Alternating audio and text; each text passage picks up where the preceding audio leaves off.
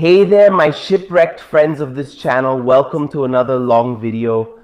I'm Vinicius da Ilha. For those who don't know me, I share curiosities, bizarre stories, crimes, and horror. So if you're not subscribed to the channel yet, subscribe and leave your like. Do it now because today's story is amazing and you help me get this video to more people. And today we're going to talk about a story that actually took place partly during the pandemic, which is the story of the Tinder swindler. Come with me.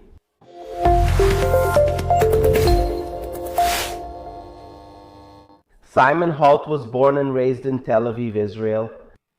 He had a very charming way of winning people over. He was always very captivating when it came to winning people over. So that made him get a lot of help with the wild plans he had throughout his life. In 2011, he had to flee from Israel because he had already committed some crimes there, right? At the age of 20, he changed his name to Simon Leviev, and he went to live in Finland, where he started his wild plan to become a millionaire. He pretended to be the perfect match for his victims, right? He fulfilled his victims' dreams. He did everything his victims wanted. He captivated his victims, and he showed his victims that they couldn't live without him anymore, right? By fulfilling everything they needed in life, he played that role of completing everything they needed in life. He met his victims through the Tinder app, right? He would set the options he wanted in the app and then meet up with his victims. He started to charm them, he got to know his victims, and he would win them over by giving expensive jewelry, taking them on very expensive trips, right? And he would present himself as a millionaire. He acted like a millionaire, and he claimed to be the son of a businessman. Leviev, who is the chief executive officer of the company. Lev is a millionaire from Israel. I'll also share some interesting facts about him later.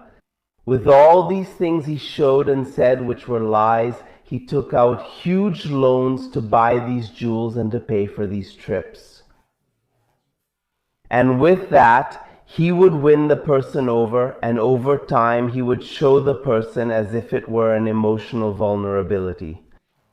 But from that, he would already involve the person in his problem, and he would also talk about some financial issues, like he didn't get the money he expected, or he needed money because of some problem.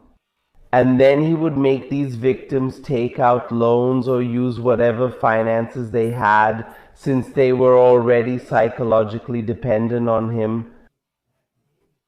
He managed to get these victims involved in his problem and have them give him money, and the amounts were very high.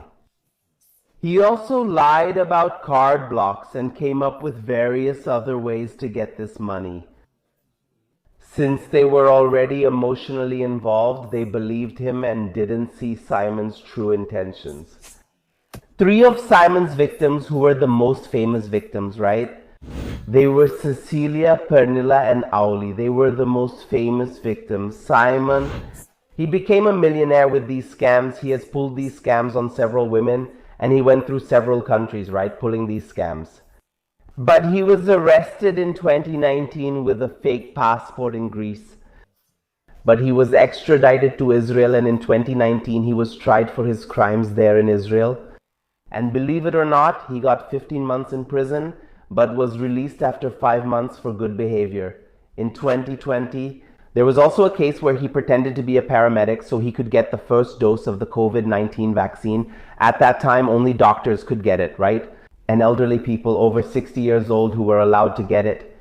That already shows how crazy and obsessed with life he was, and how much all of this involved him, energetically. He was afraid of dying from COVID, right? And that's why he needed, to use his tricks, which he always used his whole life to get more. That thing about getting the dose before everyone else.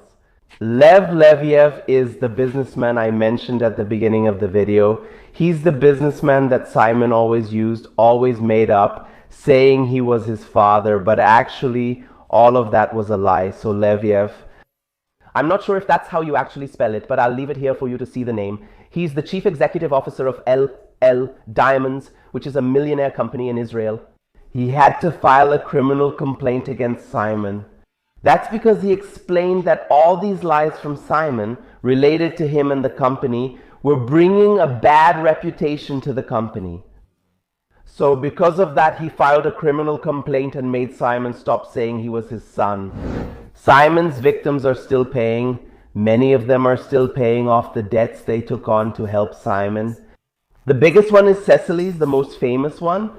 She borrowed 200,000 euros and she's still paying off that debt, and the companies and people who lent her that money are still charging her. So, desperately, she even started a crowdfunding campaign, and other victims also started online fundraisers to see if that would help with this situation. The Tinder app has already blocked Simon. They've already blocked Simon's account. Simon can't use it with that name anymore, but they can't guarantee that Simon isn't using the app with other names. They have no way of knowing that, because even if they block the IP, block the phone, he can get other phones and he can use other fake identities. That's a very advanced technology for the app to be able to detect. Unfortunately, the app still can't detect it. Simon gave an interview and he said that he doesn't feel like a criminal, but rather the greatest gentleman in the world. He said that the money he took from people is nothing more than an exchange for the substance, the emotional value over his victims. He said it's as if he provided a service, he gave the emotional part to the victims, and the victims paid him that way, my God. Currently, he lives in Israel as a free man. He doesn't owe anything to justice anymore, and he is 31 years old. He is dating an Israeli model who is famous there in Israel, and her name is Kate Conlin, as of February this year. His Instagram account has also already been released by Instagram, and he already has thousands of followers. He even has a fan club. See, guys, a lot of fans this story. She was featured in a Netflix documentary called The Tinder Swindler. This documentary, guys, is sensational. It's incredible. I've already watched it and I recommend it. So if you have Netflix, watch it. And now I want to ask you a question. Here's the question. Do you think the justice system in Israel is lenient, unfair? Do you think he was right to do it? I'm just asking to give you some perspective. That's because the women gave the money because they wanted to. Nobody forced them to give the money. So do you think he was right to do that, or do you think he was wrong? Leave your thoughts in the comments. And thank you so much, everyone, for staying with me until the end of this video. Thanks for watching another video. Now, there will be a new video every week, long videos here on the channel. I hope you all enjoy it. I'll be bringing a lot of cases for us to talk about. All right? Follow me on social media. I'll leave my TikTok and Instagram here. Follow me there. Help me out on Instagram. Guys, I'm waiting for you to follow me there. That's it. A big hug to each one of you. See you in the next video. I'm out.